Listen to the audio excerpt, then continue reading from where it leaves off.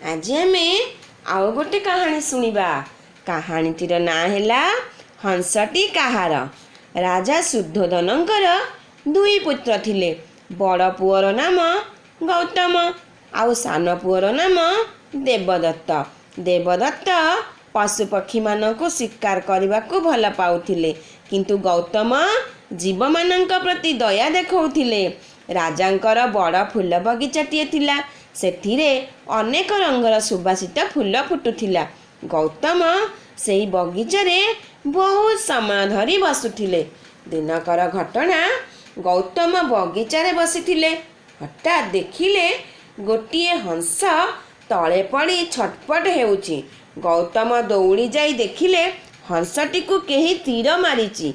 से शीघ्र तीरटी को काढ़ी देई तार क्षत स्थान रे औषध लगाई देले। अल्प समय मध्यरे हंसटी आखि खोलिला। गौतम हंसटी को तळु उठाई निज कोଳରେ रखी तार पिठी आउंसिबाकू लागिले। हठात देवदत्त दौड़ी आसी कहिले, भाई हंसटी मते दियो। एई हंसटी को मु तीर मारी तळे पकाइछि। हंसटी मोर। गौतम हंस को देबा पई मना कले। हंसटी पई दुई भाईंक मध्यरे झगड़ा हैला। देवदत्त राजांक पाखकू जाई समस्त कथा कहिले। राजा सबु शुणी चुप रहिले। देवदत्त रागी जाई कहिले, बापा मु हंसटी को तीर मारी तळे पकाइछि, तेणु हंसटी मोहर। गौतम कहिले, बापा हंसटी को बगीचारे क्षत अवस्था मु पाइछि, आउ ताकू औषध देई बंचाइछि, तेणु हंसटी मोर। तापरे राजा शुद्धोधन निज राजपुरोहित को डाकी सबू कथा सुनाई देले।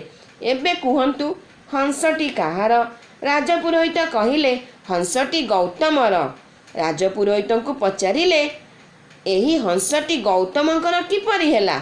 हंस को देवदत्त तीर मारी तळे पकाई दिले, तेणु हंसटी देवदत्तर। पुरोहित उत्तर देले, देवदत्त तीर मारी हंसटी को तळे पकाइथिले। जदि गौतम सेठी नथान्ते तेबे हंसटी मरी जाइथान्ता। मल्ला हंसटी को कण देवदत्त नहीं जाइथान्ते? गौतम हंसटी को बंचाइथिबारु हंसटी गौतमंकर। गौतम हंसटी को नहीं मन खुशी रे घर को फेरिले। हंसटी को पाखरे रखी तार सेवा कले।